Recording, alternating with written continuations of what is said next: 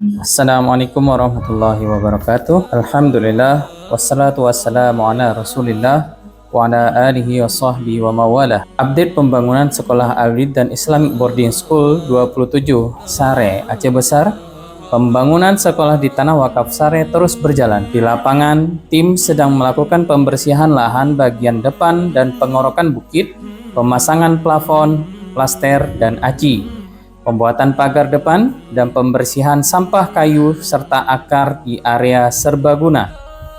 Kami mengajak kaum muslimin dan muslimat untuk ikut serta dengan menyumbangkan infak, sedekah, dan wakaf demi tercapainya pembangunan Sekolah Al-Walid dan Islamic Boarding School 27 yang tercinta di Tanah Wakaf Sare, Aceh Besar.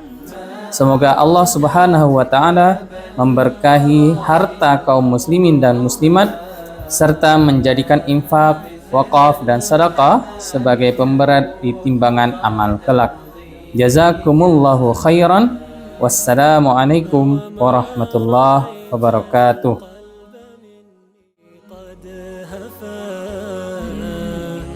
ومضى وراءك حيث شابه ظلك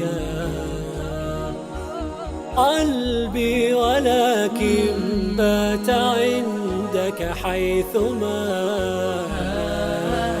يممت سوف تراه في